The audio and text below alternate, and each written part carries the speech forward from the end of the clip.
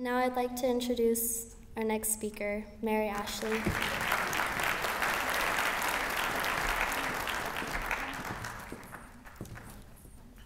I remember the moment the permeation of not good enough, not worthy became an adjective used to epitomize me. I was a budding damsel with a head full of strawberry blonde hair and a backbone made of inherent insecurities. Although admiration and congratulations surrounded me, swallowed was the truth and birthed was the idea that crippling fear and self-hatred would be called my home. A perception of picture books lacking the acknowledgement of Mary became back wounds opening to a reality riddled with misconceptions. Like a flower budding, blooming into a delicate, even dazzling version of oneself, I grew. I grew physically as one does, resonating in a space of insatiable desires and human designs. Designs seen mirrored back to me in a form as foreign as the countries particularly placed across the big pond. Gluttonous motives led to teenage fingertips grasping onto gateways once spoken of as forbidden.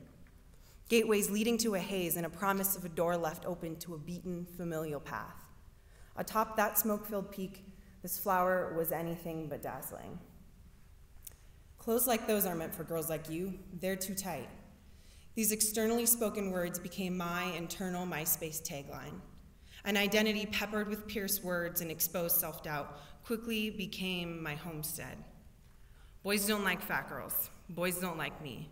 Boys are the gateway to a life cushion as someone's sweet pea. Boys might like me if I were skinny. If boys like me, I might not wish my days weren't many. Self-abuse and drug use only dug a hole deeper, leading this flower to a deeper compulsive obsession. Did you know that gum has 15 calories and coffee comes in at 50? I learned, I knew, and I obsessed, seeing my ticket to Willy Wonka's Factory of Beauty.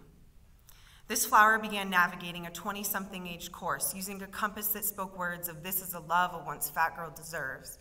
A relationship of lies, emotional abuse, and misuse opened a potential treasure chest only to reveal a debilitating pail of further pessimism and defeat.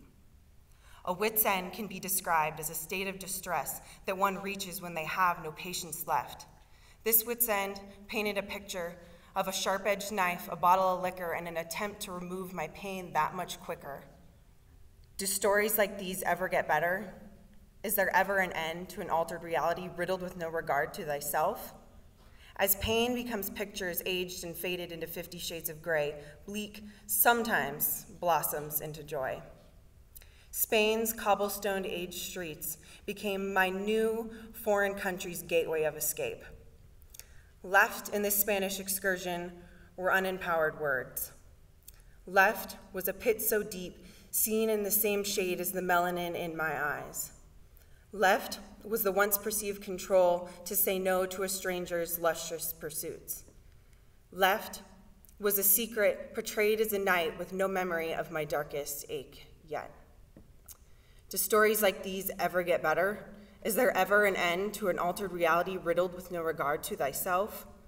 Well, yes and no.